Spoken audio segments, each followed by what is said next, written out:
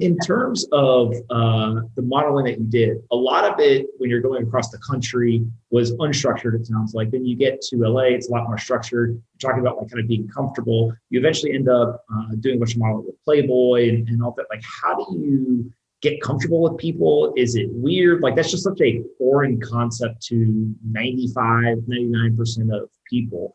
Like, what is that like? Well, it's been so long since I had to think about it that it's hard to articulate it, and because pretty much my existing network is all people that are already in it. So I guess I never make that that explanation. It's not unlike anything else when you do it. I mean, you know, when somebody goes to war, they just get used to the things that come with that. So this was just a different kind of war, a different battle, you know, normalizing some things. And so I don't know. It's hard to think back to it. I just accepted that was the path I picked to have the ticket out of my hometown. So after graduating college, I just decided to go model, which is strange, but yeah. You know? Hey, one of the things that's fascinating about this is as a ticket out of your hometown, if you decide, okay, I'm going to go do this, what's the reaction from your family, from friends, people you went to college with? Is it one of support? Is it something that's so outside of their like framework of a job that they are jealous, they're agnostic to it? Like, what was that? Well, I didn't ask anybody's permission. I didn't require anybody's support. And if you're not a person that requires those things, then you can break free of the mold that's made for you.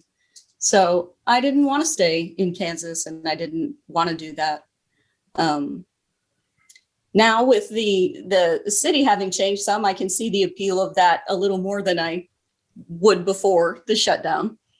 So, but I feel like people have to get it out of their system. If they want to go and do something, you've got to go check it out, because otherwise you'll just wonder. Yeah. So my true friends, my true support system, they didn't care. They didn't bring it up all the time. They didn't want to hear stories. They don't go like my pictures, that type of thing, which is fine. That's not what I needed from my real world friends. You can always make a digital community that supports you and what you create. So yeah, there's been a bit of a divide. I come from a pretty conservative background. My parents weren't too thrilled, but we just didn't make it a big talking point. They were just happy I made it to 18, all good. So coming from a conservative family and then ended up in Playboy, I'm sure was a challenge to navigate, but it sounds like you figured it out. Talking about go ahead. Well, now I'm navigating the opposite terrain, having been a Playboy in Hollywood, you know, that type of thing. And then changing politically to more center right, that comes with its own uphill battle that was reminiscent of coming from a conservative family in a red state and then going off and, you know, posing naked, that type of thing. So it's a similar experience. It's parallel. We'll get to your second transition here in a second, but the Playboy experience, I am sure that if you get into modeling, it is almost like the pinnacle. I almost look at it like if you play basketball, you want to play in the NBA. If you play football, you want to play in the NFL. As a model, that seems like that is kind of the aspirational achievement. What was that like? Any regrets, positives, negatives? Just how do you kind of view that now that you don't spend all of your time doing it? I just accepted it as the terms of modeling, that it was even supermodels don't get out of the game without posing naked in some capacity. So that part wasn't ever really a concern for me. In fact, if you're going to do it, you may as well go all in. So I looked at people like Jenny McCarthy and you know, Melania Trump and people like that. It's like you can, of course, pose for Playboy and then move beyond it into whatever domain you want. And it's a good launching platform. So everybody has to come from somewhere.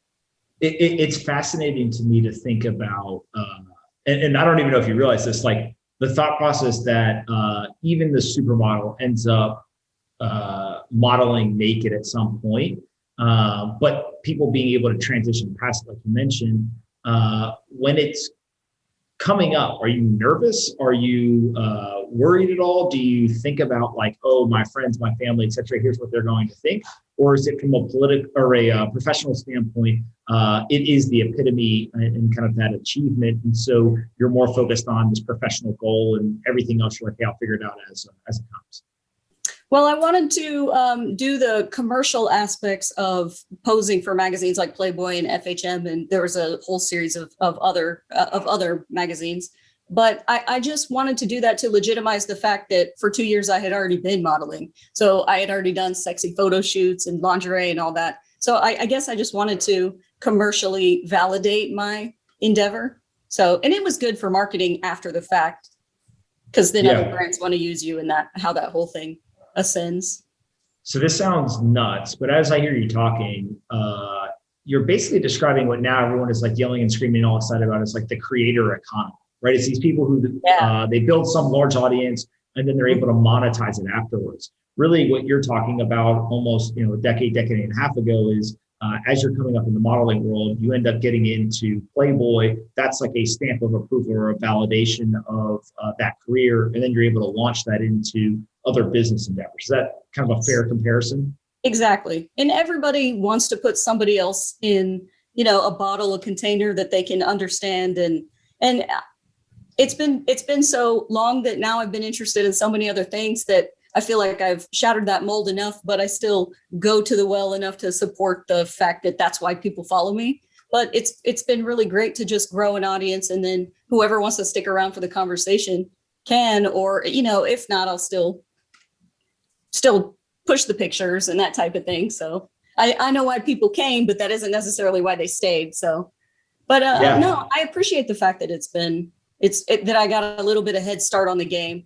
The only bad side about coming from doing it before the creator economy is that I didn't necessarily see the market potential for some of these things, because I had been so used to just giving away my product online just to build a community around, because we weren't really community building in 2008 so much. I mean, I was just in artist communities growing in that space.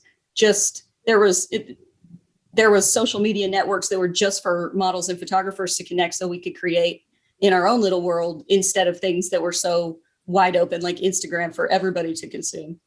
So it's fascinating to me that if you had almost done that today, in one viewpoint, it's almost taboo at this point, right? It seems like there's a lot more social pressures, and the way that some of those activities and publications, et cetera, are viewed is very different than it was a decade or 15 years ago. At the same time, you being the model actually in the content, there's way more tools available for you to actually build an audience, catch the audience, monetize the audience. And so it just and they don't see it coming. And they don't see it coming. Explain that a little bit. Yeah. Well, some people are just taken by surprise, I guess, my diverse interests, but everybody is always everybody has a whole universe inside them. And obviously everybody has potential to grow and find new interests. So it's fun to just sneak up on people and pop some stuff in. Like, people are often surprised that, I'm a mixed martial artist fan. Yeah. And so I guess from the publication side, are they in trouble with things like OnlyFans or streaming platforms, or the ability for whether it's models or other kind of content creators to go direct to audiences? Or is there still some kind of moat that they have in terms of that stamp of approval, right? If there's people who want to be in modeling today, do they still want to go and be featured in Playboy? Or do they just say, I don't even need that. I can just go direct to an audience and monetize it that way? Like, what do you see happening there? I think that it's still a novelty to be associated with brands, but also the brands that are leveraging models or online personalities has opened up so much. Makeup campaigns for just beauty bloggers because of their wide audience and the reach that they have. So the power has just shifted to creators, and that's a really nice thing, because we can validate with stats the reach that we're going to have for a company to choose us, as opposed to one of the other 90 people that are just like us, but maybe better. Yeah. So if I talked to you in 2008 to like maybe the early 2010s, and I said, what do you do for a living? How would you have described it? Would you have said, I'm a model, I'm a playmate? Like, what would you have described then? And knowing that it's probably changed, but how did you originally think of it? Well, I would sit for artists and sculptors and painters and photographers mostly, and they would work from those images that we would make. But the community was just small. I mean, I was a starving artist for a long time, so it's nice to not be that so much these days. But yeah. Yeah. And so if we fast forward to today, I think that you have tapped into many other different audiences. And it sounds like a lot of those audiences are coming out of your personal interests, right? So we can start with MMA, and then there's Bitcoin, and now even kind of broader macroeconomics and government. But MMA seems to be the first thing that you kind of transition to or sort of talk about outside of the arts or the creative work. Where does that interest come from, and like how did you navigate that transition? Was it something that was very strategic and thoughtful, or did one day you just start tweeting about MMA and said, hey, look, I don't care what people think? Well, I would watch the fights with a friend, a Playboy photographer, kind of funny. But yeah, I just watched, really loved it, got enamored with the game. You start investing in individual sports are so much different than team sports, because you get to know the players so much more intimately, and they do a pretty good job of brand building the individuals. So especially with social media, and so you become more engaged in their game, I guess. So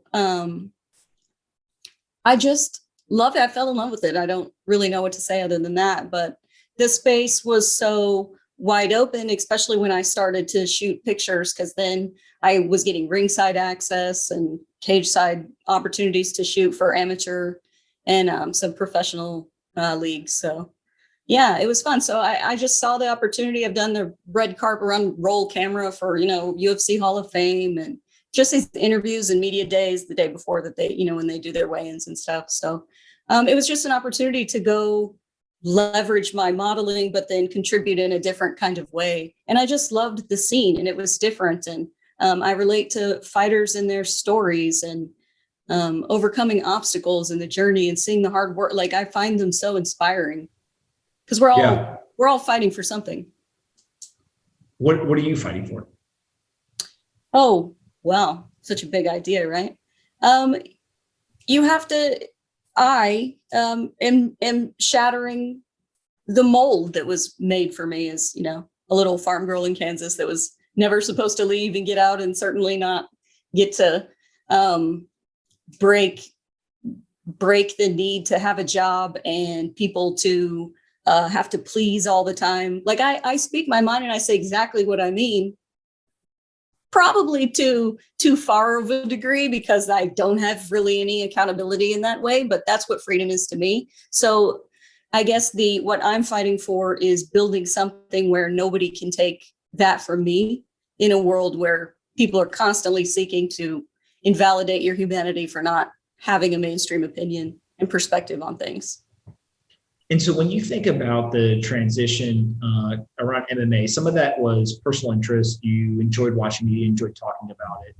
But you also had somewhat of a career change there, it sounds like. You went from being the subject of the photography to actually being the photographer in many cases, where you were capturing the content. Was that anything kind of driving that? Or was it just you were familiar with cameras and had one and wanted to start taking pictures? Like, what drove that transition? I found that I had all this access, and I picked up a camera to not waste the access that I had. So that worked with MMA, because I was just getting such positive results and access to fighters and making friends with journalists. And they were just people I wanted to be around. And like I said, I find the fighter stories so just inspiring.